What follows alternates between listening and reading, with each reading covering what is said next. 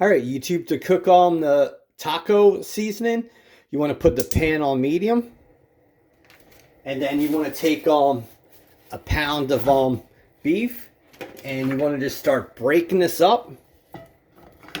And you want to cook it for 6 or 7 minutes.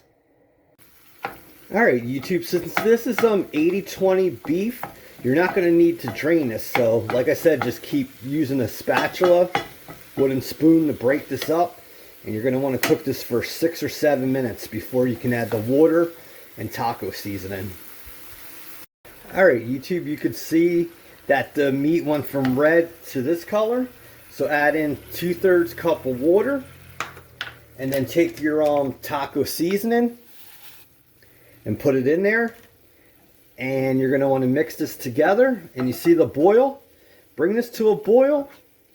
And just keep stirring the taco meat, the taco seasoning into the meat. And this is how you want the meat, like crumbles. Alright, YouTube, so that is done.